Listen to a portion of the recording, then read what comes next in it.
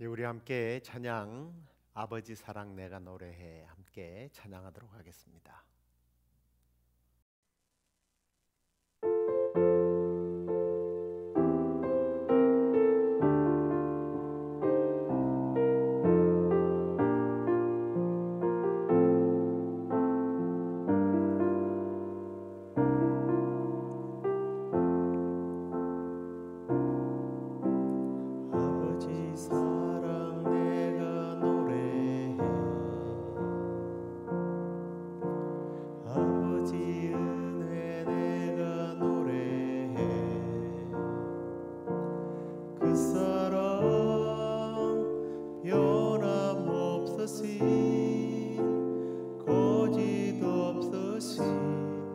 성실하신 그 사랑 상한 갈 때 꺾지 않으시는 꺼져가는 등불 끄지 않는 그 사랑 변함없으신 거짓 없으신 성실하신 그 사랑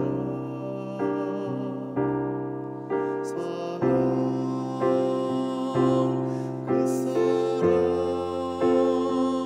날 위해 죽으신 날 위해 다시 사신 예수 그리스도 다시 오실 그 사랑 죽음도 생명도 천사도 하늘의 어떤 권세도 끊을 수 없는 영원한 그 사랑 예수 그 사랑 날 위해 죽으신 날 위해 다시 사신 예수 그리스도 다시 오실 그 사랑 죽음도 생명도 천사도 하늘의 어떤 권세도 끊을 수 없는 영원한 그 사랑 예수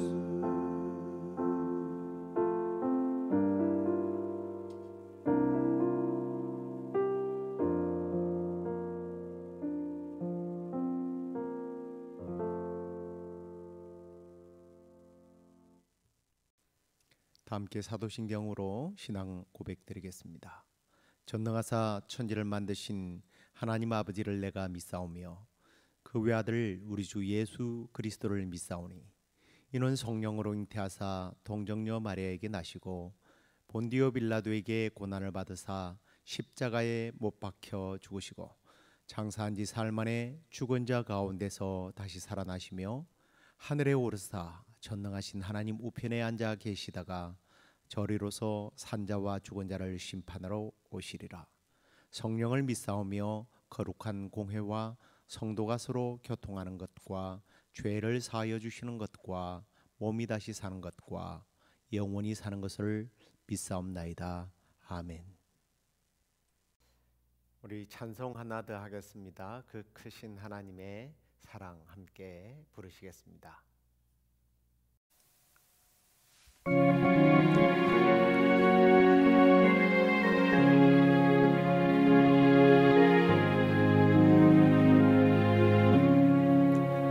그 크신 하나님의 사랑 말로 다 영영 못하네 저 높고 높은 별을 넘어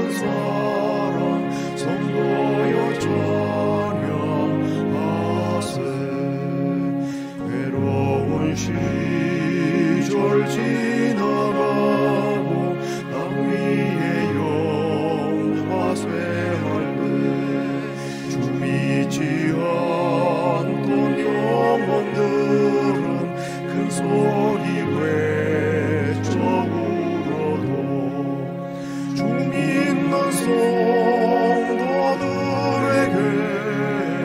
큰 사랑 베푸소 우리의 죄 사했으니 그 은혜 잊을까 하나님 크신 사랑은 증량다 못하네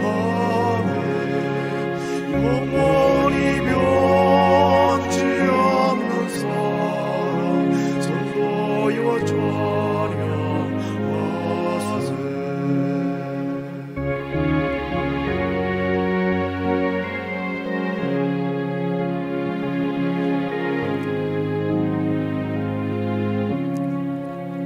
하늘을 두루마리 삼고 바다를 먹물 삼아도 한없는 하나님의 사랑 어디로 갈 수 없겠네 하나님의 크신 사랑 그 어찌 닿았을까 저 하늘 높이 쌓아도 채우지 못하리 하나님 크신 사랑은 중량과 못하네 영원히 변치 않는 사랑 성도여 찬양하세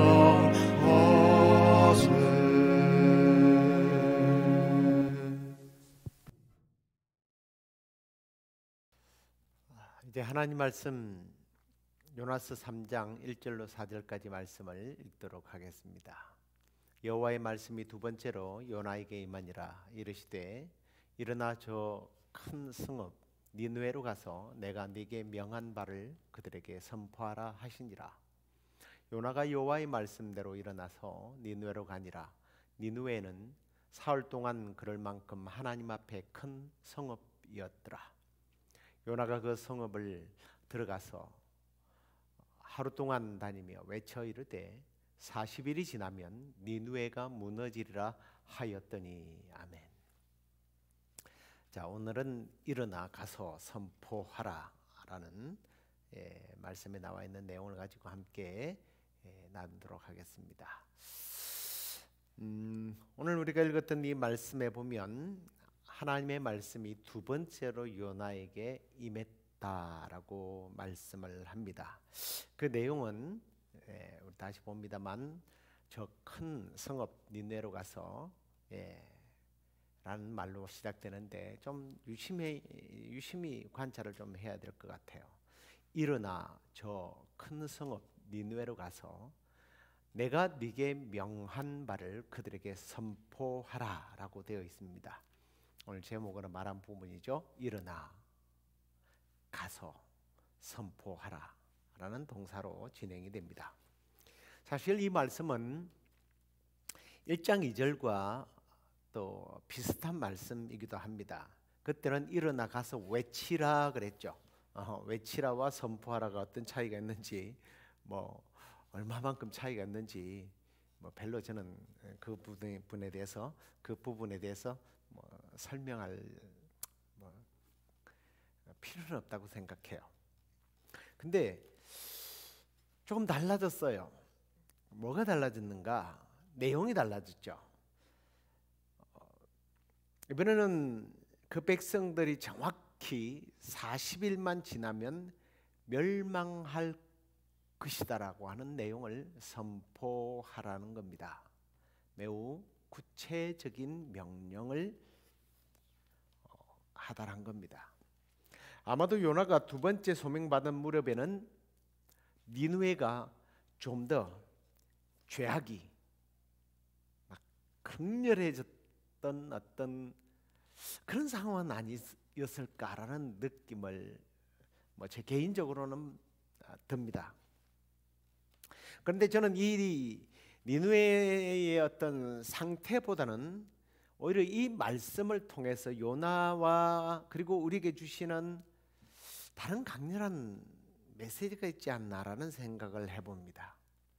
그것은 하나님께서 자신의 명령을 거역했던 요나에게 이전에 맡기셨던 사명을 다시 한번 부여하시고 예언자적 직분을 다시 회복시키신 것은 택한 백성에 대한 하나님의 변함없는 그 지속적인 놀라운 사랑을 이야기하고 있죠.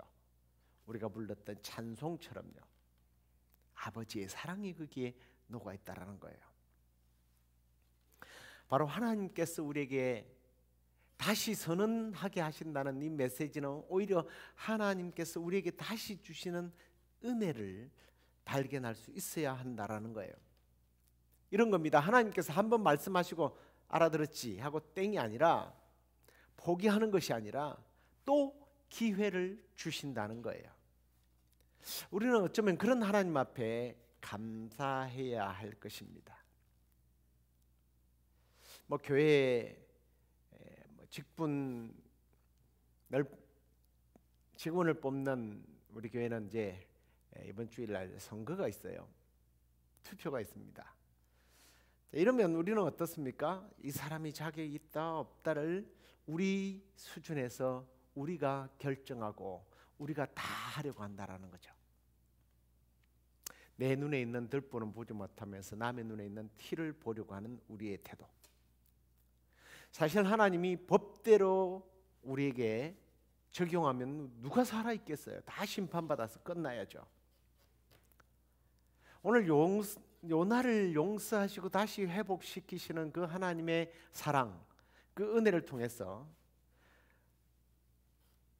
다시 한 번 더 우리가 하나님 앞에 응답할 수 있고 하나님 앞에 다시 일어설 수 있다라고 하는, 하나님 앞에 다시 사역할 수 있고 하나님 앞에 헌신할 수 있다라는 것을 저는 깨닫게 돼요.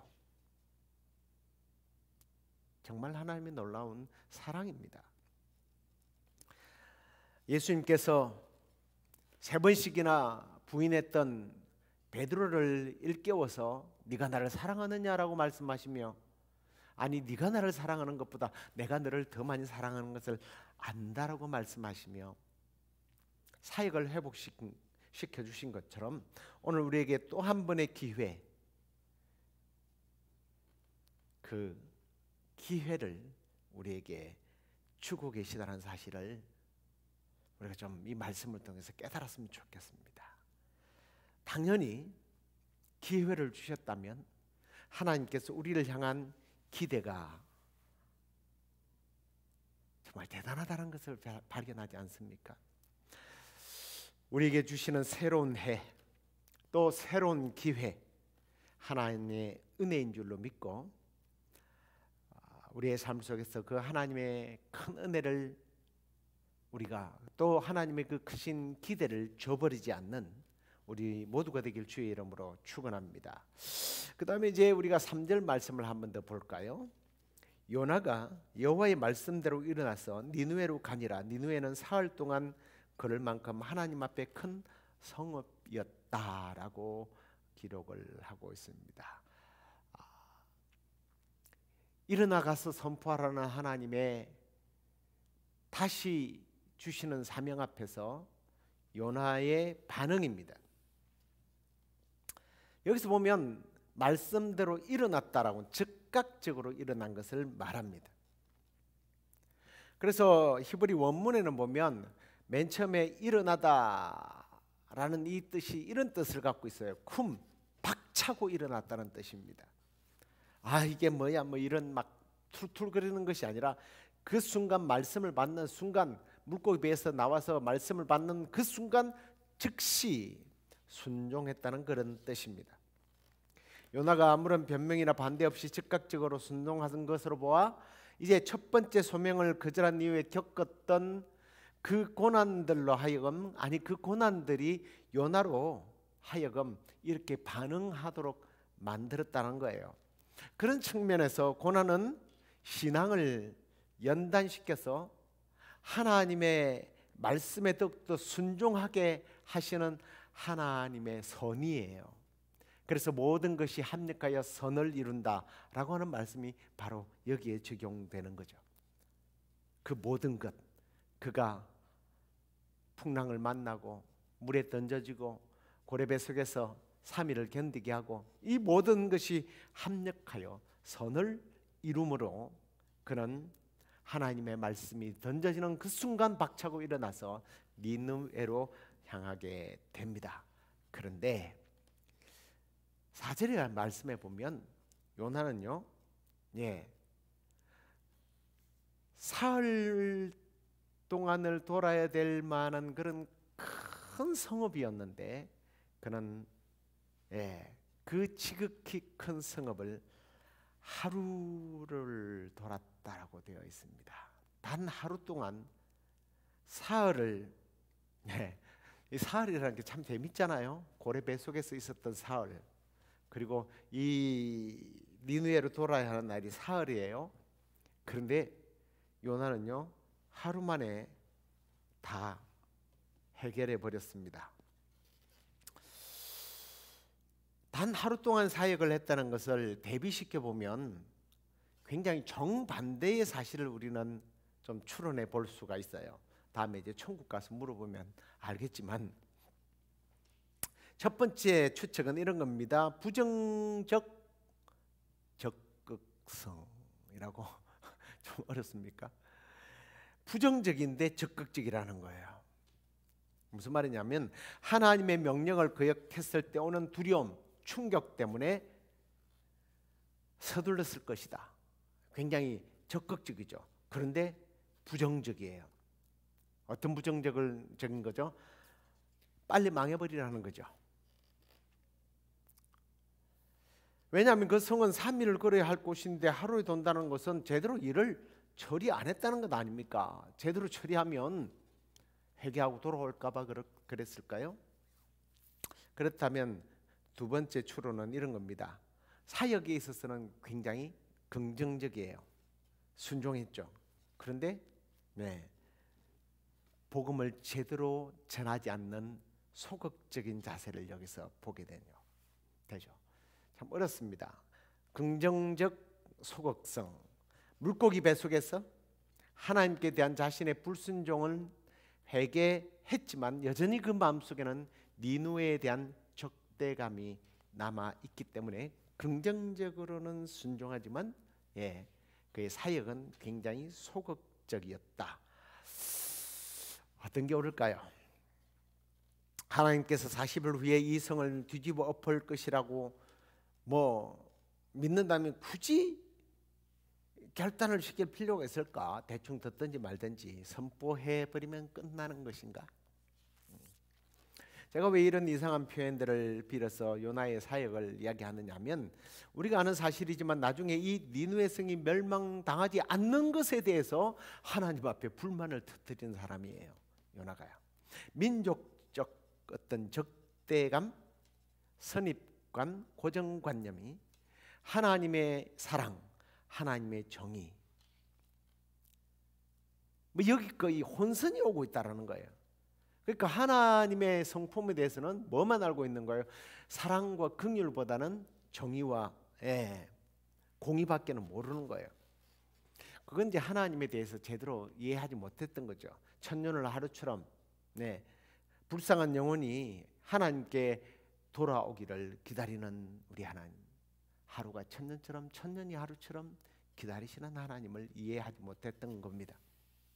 우리가 세상을 향한 시각이 우리 시각이 요나와 같아서는 안 된다는 거죠. 사람을 정죄하고 용서하지 못하고 공의와 정의만 적용하면 안 된다는 거예요. 하나님의 사랑, 하나님의 긍휼로 우리가 대할 때 거기서 하나님의 나라가 회복된다는 사실을 우리가 좀 잊지 말았으면 좋겠습니다. 자, 그러면 요나가 선포했던 메시지의 핵심이 이제 뭔지를 한번 4절을 통해서 한번 볼까요? 요나가 그 성읍에 들어가서 하루 동안 다니며 외쳐 이르되 40일이 지나면 니느웨가 무너질 것이다.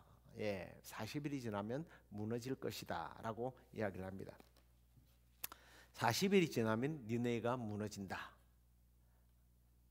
뭐 간단하게 말하면 이런 메시지입니다. 여러분, 니느웨는 아주 큰 성이었습니다. 너무나 많은 사람들이 살고 있었습니다. 그런데 그의 메시지는 너무 심플해요. 40일이 지나면 너희들은 하나님의 심판을 받는다. 40일이 지나면 니느웨는 무너진다. 우리나라 말은 4마디고 히브리어는 5마디예요. 그리고 그냥 사흘을 돌아야 하는 길을 하루 만에 그렇게. 너무 인색한 메시지 아닙니까? 앞에서도 말씀드렸습니다만 이런 인색한 메시지 속에는 요나는 여전히 니느웨에 대한 긍휼이 그의 마음에 없었던 거예요. 혹시 회개해서 하나님의 은혜를 받아서 이 나라가 회복되면 자기 나라를 집어삼킬까 봐 두려워서 그랬을까요? 그게 싫어서 그랬을까요? 하나님께서는 40일이라는 유예 기간을 주심으로 하나님의 공의보다는 긍휼로 그들이 잘못을 뉘우치고 돌아오기를 고대하시는, 오래 참으시는 하나님의 마음을 전혀 이해하지 못했던 거예요. 근데 또 한편으로 보면 긍정적인 면도 있습니다. 뭐 복잡하게 전도를 한다고 해서 사실 전도가 되는 것은 아니거든요. 예전에 우리나라 가장 많이 선포했던 전도 메시지가 뭔지 아십니까? 예수 천당, 불신 지옥. 근데 그 메시지를 듣고 돌아오는 사람들이 있단 말이에요.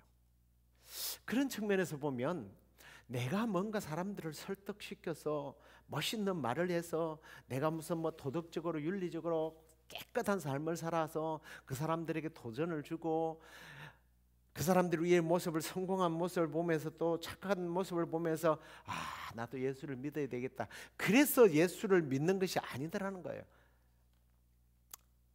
다른 말로 표현하면 저는 이렇게 생각합니다. 전도는 우리가 하는 것이 아니라는 거예요.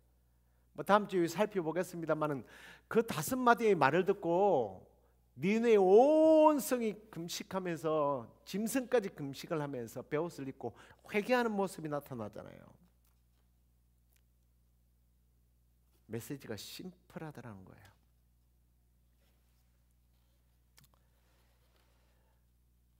예수님과 세례요한도 메시지가 심플했습니다. 회개하러 천국이 가까웠다. 회개하고 복음을 믿어라. 이거였습니다. 예수님이나 세례요한 역시 그냥 심플하게 복음을 전했어요.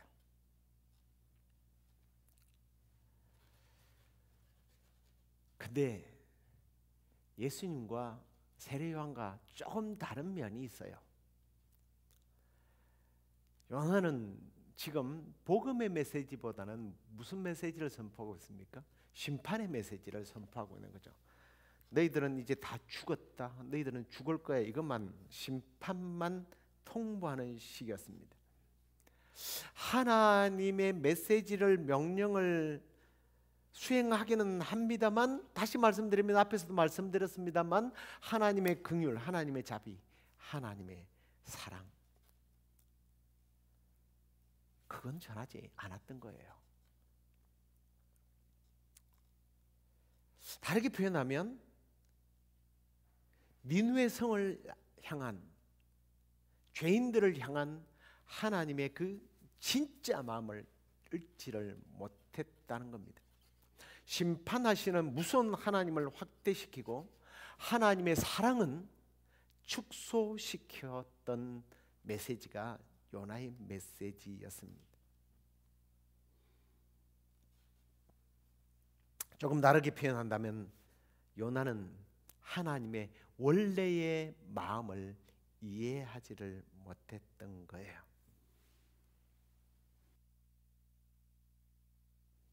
하나님의 원래의 마음은 어떤 마음일까요? 웨일스 2장 13절에 보면 이런 말씀이 있습니다. 너희는 옷을 찢지 말고 마음을 찢고 너희 하나님 여호와께로 돌아올지어다. 그는 은혜로우시며 자비로우시며 노하기를 더디하시며 인애가 크시사 뜻을 돌이켜 재앙을 내리지 아니할 것이다. 하나님의 진짜 마음은 우리 인류가 회개하고 하나님께 돌아오게 하는 거예요. 그 마음을 우리가 읽을 수 있어야 한다라는 거예요. 요엘은 그 하나님의 마음을 전했던 겁니다. 그래서 이어서 나오는 2장 18절과 19절에는 보면 이스라엘이 회개만 하면 하나님은 자기 백성을 극진히 사랑해서 불쌍히 여기고 곡식과 새 포도주와 기름을 주실 것이다 라고 선포했습니다. 하나님의 마음을 잘 녹여서 표현해 주는 말씀이죠.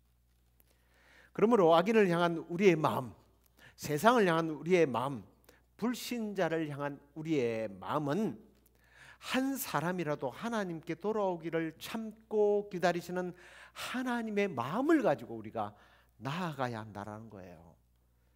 이제 올해도 우리가 7월 달이면 우리 히스패닉들에게 복음을 전하러 갑니다.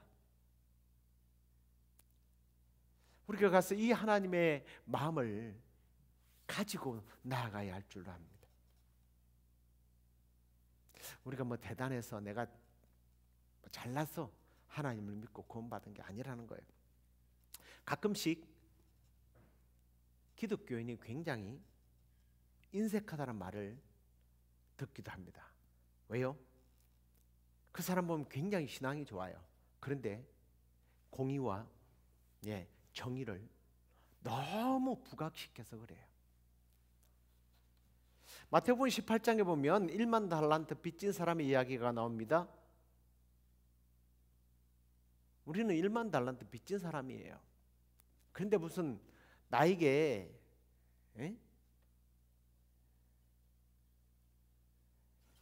세 발의 피라고 그래야 되나요?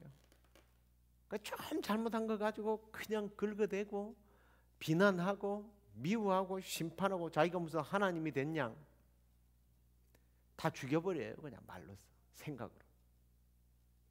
로마서 3장 10절에 보면 의인은 없다고 말씀합니다.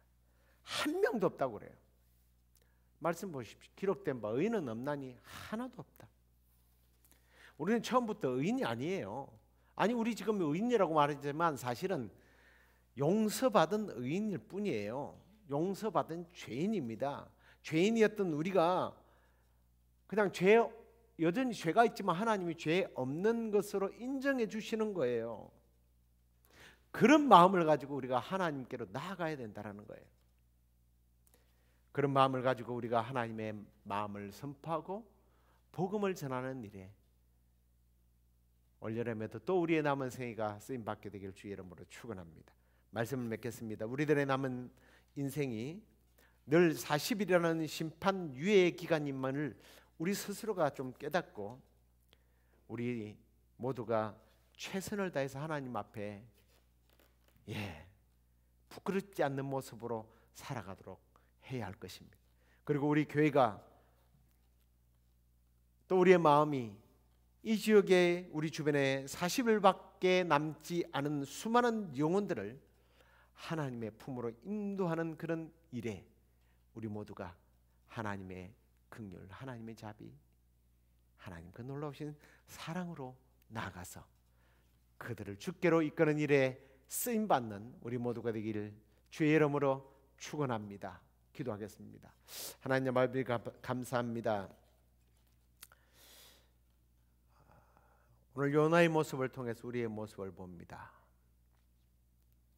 하나님께서 나를 긍휼히 여김과 같이 다른 사람들을 긍휼히 여겨야 하는데 하나님의 심판, 하나님의 정의, 하나님의 공의만 선포했던 우리의 부끄러운 모습을 회개합니다. 하나님께서 우리를 긍휼히 여기심같이 우리도 40일밖에 남지 않은 저 불쌍한 영혼들을 긍휼히 여기고 하나님의 심판을 선포하기보다는 회개와 사랑을 선포해서 하나님께로 돌아오게 하는 일에 쓰임받는 우리 모두가 되게 하여 주옵소서. 우리가 내일 또 교회에 귀한 일꾼들을 뽑습니다. 하나님 그 일을 통해서 하나님의 영광이 드러나게 하시며 우리 모두가 그 하나님의 사랑과 은혜로 쓰임받는다는 이 사실에 자부심과 또 감사한 마음을 가지고 기쁘게 하나님을 섬기기로 결단하는 시간 되게 하여 주시고 시험에 드는 일이 없도록 하나님께서 은혜 베풀어 주시옵소서. 그렇게 우리를 인도하실 하나님을 찬양하오며 예수님 이름으로 기도드립니다. 아멘.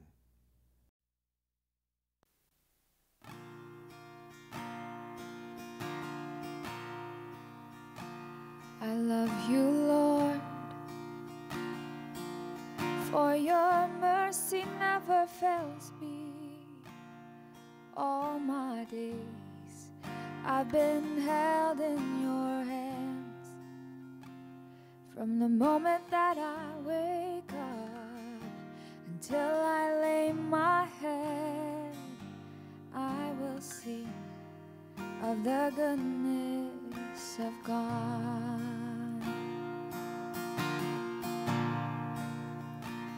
I love you, Lord,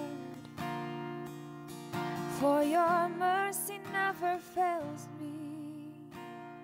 All my days I've been held in your hands. From the moment that I wake up until I lay my head, I will sing of the goodness of God. All my life you have been faithful. All my life you have been so good. With every breath that I am able, I will sing of the goodness of God. I love your voice. You have led me through the fire in darkest night. You are close like no other. I've known you as a father. I've known you as a friend. I have lived in the goodness of God. All my life you have been faithful.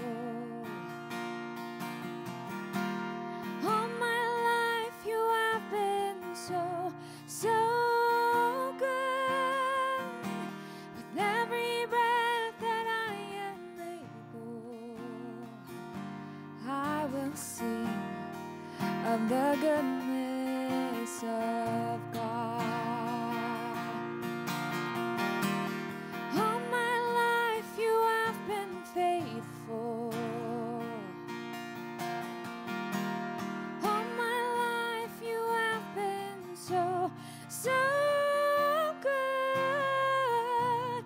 With every breath that I am able, I will sing of the goodness of God.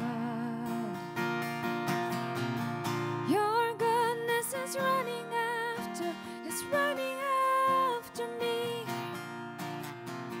Your goodness is running after, it's running after me. With my life laid down, I'm surrendered now. I give you everything. Your goodness is running after, it's running after me. Your goodness is running after, it's running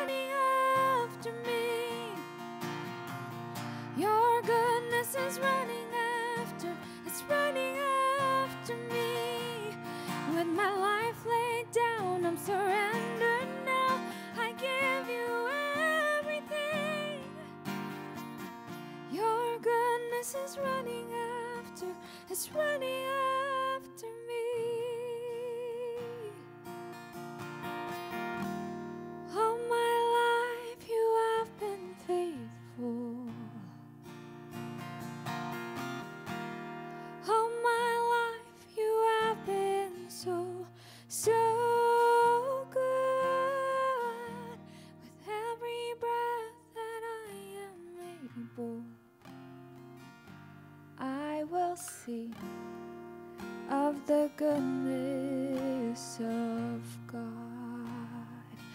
I will sing of the goodness